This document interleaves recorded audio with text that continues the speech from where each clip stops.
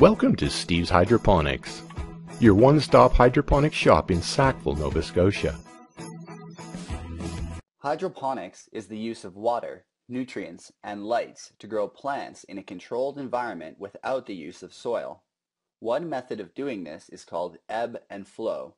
It works by using floatable rafts and a floodable area to create a pond-like setting where plants can grow on the surface of the water. Olds College has a greenhouse that has a precast floor that allows for this type of production on a medium-sized scale. These types of ebb and flow systems rely on four things: free-form floors like you can see here, pumps, lights, and control systems like these to monitor things like humidity, temperature, and CO2 levels. The floor works by pumping water into channels such as these, where it can be accessed by the plants growing in your greenhouse. Once the floor is flooded, the rafts can be put onto the surface and arranged in any desired fashion. Generally, a firm styrofoam is used that maintains its structure when the holes are cut and allows for multiple uses with minimal wear. The soilless mediums we use in hydroponics can range from gravel to perlite to even shredded coconut husks. All of them have one thing in common.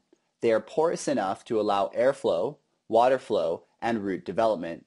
For ebb and flow systems, one of the best mediums to use is expanded clay pellets. Here we can see a pump for a typical hydroponic system. It works by spinning an impeller, which is kind of like a propeller, but it's inside the pump.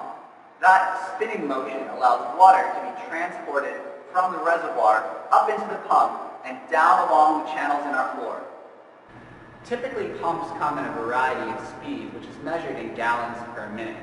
Ideally, you will control your pump speed based on what you are growing and the conditions in your greenhouse. In hydroponics, typically we use a soilless medium, which means we need to provide the plants with the macro and micronutrients that are normally found in soils. You want to give your plants the most ideal growing conditions, so it's important that you find out which micro and macronutrients are needed in your nutrient solution. Once the nutrient solution is ready, it's pumped into this basin where all of the roots from the plants have access to the nutrients. When it's finished, the nutrient solution flows down the drain back to the reservoir where it is used again in a closed loop system.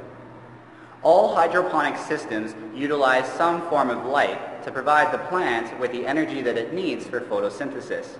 Here we can see a high-intensity discharge bulb with a ballast attached to it. They typically come with two bulbs, either metal halide or high-pressure sodium.